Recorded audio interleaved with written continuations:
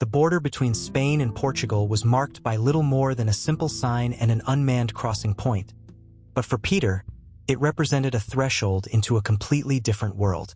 As his rental car crossed from Galicia into northern Portugal, he felt a mixture of relief and anticipation that had nothing to do with escaping Klaus and his associates.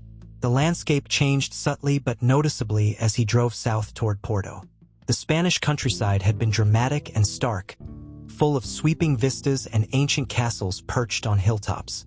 Portugal felt more intimate, more human in scale, with rolling green hills dotted with small villages and terraced vineyards that looked like they had been tended by the same families for generations. The rain began as Peter approached the outskirts of Porto, a gentle but persistent drizzle that seemed to welcome him to a city that had been built to embrace the Atlantic weather. Unlike the harsh Spanish sun that had dominated his journey from Madrid to La Rioja, the Portuguese rain felt cleansing, almost ceremonial, as if the country itself was washing away the tensions and dangers he had left behind in Spain. Porto's skyline emerged gradually through the mist, dominated by the iconic silhouette of the Dom Luís I Bridge spanning the Douro River and the distinctive red tile roofs that cascaded down the hillsides toward the water. From a distance, the city looked like a watercolor painting that had been left out in the rain, its colors running together in beautiful, imperfect harmony. Peter had booked a small hotel in the Ribeira district, the historic heart of Porto that had been designated a UNESCO World Heritage Site. As he navigated the narrow, cobblestone streets that led to his accommodation, he found himself constantly stopping to stare at architectural details that seemed hauntingly familiar, even though he had never been to Portugal before. The azulejos, the distinctive blue and white ceramic tiles that decorated building facades throughout the city, told stories of Portuguese maritime exploration, depicting caravels sailing toward unknown horizons and navigators consulting charts of distant seas. But what struck Peter most forcefully was how many of these tile murals seemed to feature symbols and motifs that matched those he had been seeing throughout his Spanish journey.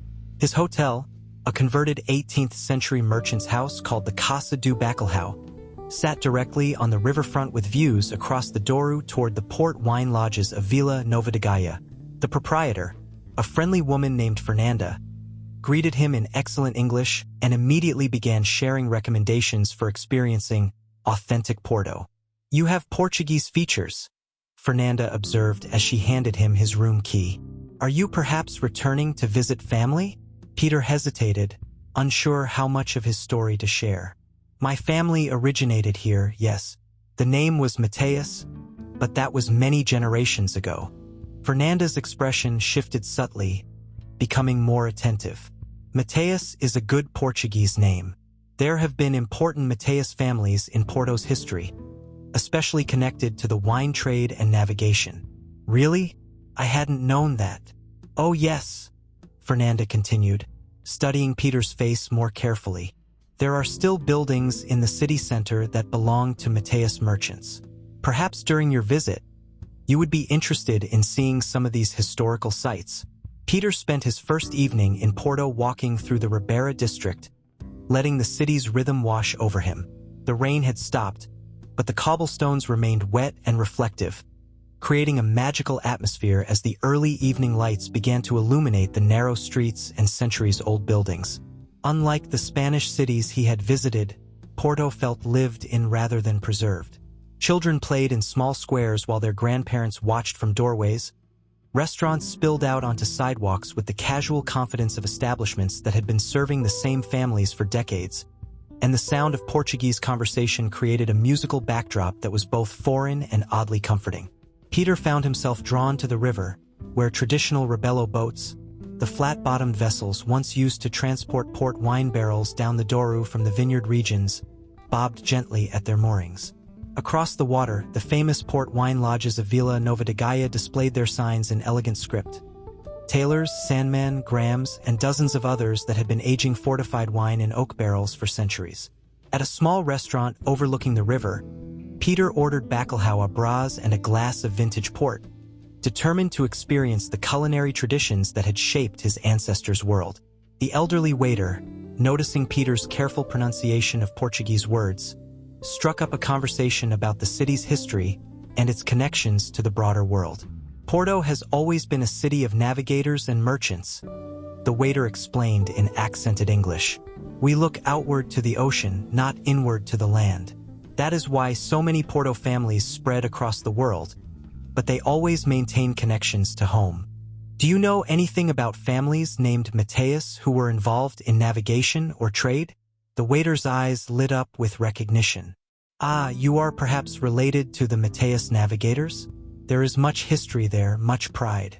They were among the families who helped establish Portugal's connections to the New World. Peter felt his pulse quicken. Are there still records of these families? Places where their history is preserved? Of course, the waiter replied. Portuguese families take great care to preserve their histories. You should visit the Casa de Guitarra tomorrow. It is not far from here, and the proprietor knows much about the old merchant families.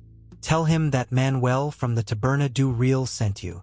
As Peter walked back to his hotel through streets that grew quieter as the evening progressed, he found himself feeling more relaxed than he had since leaving Chicago. Porto's combination of historical weight and contemporary vitality created an atmosphere where past and present seemed to coexist comfortably, without the tension he had experienced in Spanish cities, where his family's secrets felt dangerous rather than simply interesting. The next morning dawned clear and bright, the Atlantic air washed clean by the previous evening's rain. Peter began his exploration of Porto with a systematic walk through the city center, looking for the historical sites that Fernanda had mentioned and following up on Manuel's suggestion to visit the Casa de Guitarra. The Casa de Guitarra turned out to be a small museum and cultural center dedicated to Portuguese Fado music, housed in a beautiful 17th century building that had been carefully restored to showcase traditional Portuguese craftsmanship. The proprietor, a scholarly man named Dr. Antonio Silva, welcomed Peter with the enthusiasm of someone who genuinely loved sharing Portuguese cultural history with visitors. Manuel told me you might visit, Dr. Silva said after Peter introduced himself. He mentioned that you are researching the Mateus family history? Yes, though I'm not sure how much information has survived from the early periods. Dr. Silva smiled mysteriously. Portuguese families are very good at preserving their histories, even when those histories become complicated. Come, let me show you something that might interest you. He led Peter to a small archive room behind the main museum space, where carefully preserved documents and artifacts told the stories of Porto families who had been involved in Portuguese maritime exploration. In one display case, Peter saw navigational instruments that looked identical to those he had found in the hidden chambers beneath the Alhambra. The Mateus family, Dr. Silva explained, were particularly notable for their role in establishing trade networks that connected Portugal not just to the New World, but also to other European cities. They were, you might say, early pioneers of international commerce. Dr. Silva showed Peter several documents that referenced Mateus family activities in the 16th and 17th centuries. The records were fragmentary, but they painted a picture of a family that had been deeply involved in Portuguese expansion while also maintaining extensive business relationships with Spanish, French, and German merchants. What's interesting about the Mateus family, Dr. Silva continued, is that they seem to have developed expertise in what we might now call cultural preservation. They helped establish libraries and archives in several Portuguese colonies, and they were known for their ability to move valuable manuscripts and artifacts safely across long distances. Peter felt the familiar excitement of discovery. Are there still members of the Mateus family in Porto, or records of what happened to their business operations? That is a more complicated question, Dr. Silva replied carefully. The family maintained offices in Porto until quite recently, but they became increasingly private about their activities. However, if you are genuinely interested in your family's history, there are people in the city who could help you learn more. Dr. Silva wrote down an address on a piece of paper. This is the location of what was once the main Mateus family office. The building is still there, though I'm not certain what it's used for now. But if you're serious about understanding your heritage, it would be a logical place to begin. What do you think Peter will find at the original Mateus family office? Could his ancestors' Portuguese operations still be active after all these centuries? Share your predictions in the comments.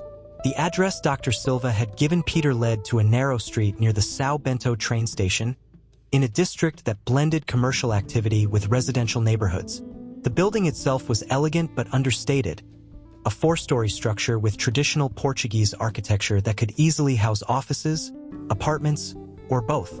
A brass nameplate by the entrance read, Escritorios Mateus and Associados, established 1487, confirming that Peter had found the right location. But the building appeared to be closed, with shuttered windows and no signs of current activity. Peter walked around the building, looking for alternative entrances or signs of occupation. In an alley behind the main structure, he noticed that one of the upper-floor windows had been left slightly open, and there were what appeared to be modern security cameras discreetly positioned to monitor the rear entrance. His Chicago experience had taught him to read the signs of surveillance and security, and everything about this building suggested that it was much more active than its abandoned appearance implied. The question was whether he should try to gain access, or whether doing so would trigger exactly the kind of attention he had been trying to avoid. As Peter stood in the alley considering his options, an elderly Portuguese man approached him from the street. "Excuse me," the man said in accented English. "Are you perhaps looking for the Mateus offices?" Peter's pulse quickened. "I might be. Are you familiar with the building?" The man smiled knowingly. "I am João Tavares. I have been, shall we say, maintaining certain responsibilities related to the Mateus family properties for many years. And you, I believe, are Peter Matthews from Chicago." The fact that this stranger knew his name and origin made Peter instinctively cautious. "How did you know that?" Word travels quickly in Porto, especially regarding members of families that have historical significance to the city. "Mr. Matthews, I have been expecting someone from your branch of the family to visit for quite some time." João Tavares had the manner of someone who was accustomed to dealing with sensitive matters discreetly. "If you are interested in learning about your family's Portuguese heritage, I would be happy to arrange a proper introduction. But perhaps we should continue this conversation somewhere more private." João Tavares led Peter to a traditional Portuguese restaurant called O Fado Nasso, located in a converted 16th century house that specialized in providing intimate settings for Fado performances. The restaurant's walls were covered with photographs of famous Fado singers, and the atmosphere was designed to celebrate Portugal's most distinctive musical tradition. Fado and Portuguese maritime history are more connected than most people realize, João explained as they settled into a quiet corner table. Both traditions deal with themes of longing, separation, and the connections that bind people across great distances. As they shared a lunch of grilled sardines and vinho verde, João began to reveal his knowledge of Peter's family history. His information was far more detailed and recent than what Peter had learned from Dr. Silva or the documents he had found throughout Spain. "Your grandfather," João said, maintained regular communication with the Portuguese operations until his death. He was, you might say, the American coordinator for activities that required coordination between the Old World and the New World. Peter nearly choked on his wine. "My grandfather? The quiet bookkeeper from Chicago. Quiet, perhaps, but hardly inactive," João replied with a gentle smile. "The preservation network that your family helped establish has always required coordinators in multiple countries. Your grandfather's role was to manage North American operations and to ensure that resources could flow between the Americas and Europe when necessary."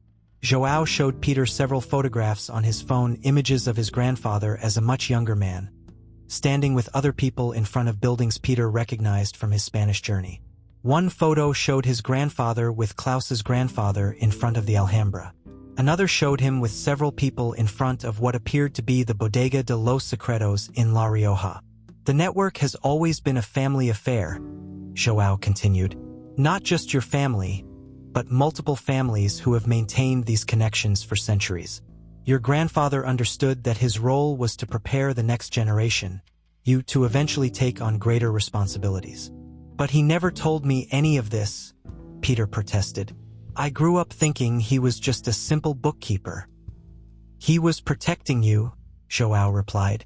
"The network has always believed that its inheritors should discover their heritage gradually, when they are ready to understand both its opportunities and its responsibilities. Your journey through Spain was designed to provide that gradual education." As if summoned by their conversation, Joao's phone buzzed with a text message. After reading it, his expression became more serious. "Mr. Matthews, it appears that your Spanish associates have been asking questions about your whereabouts. They seem quite anxious to continue their conversations with you." Peter felt his brief sense of safety beginning to evaporate. "Klaus and his people have tracked me to Porto?" "Not yet, but they are making inquiries. Which means we need to decide quickly whether you are ready to accept the protection and responsibilities that come with your Portuguese heritage, or whether you prefer to continue avoiding the inevitable conversation about your future." That afternoon, Joao escorted Peter to the Mateus family office building, using a key that suggested he had legitimate access to the property. Inside, Peter discovered that the building was far from abandoned.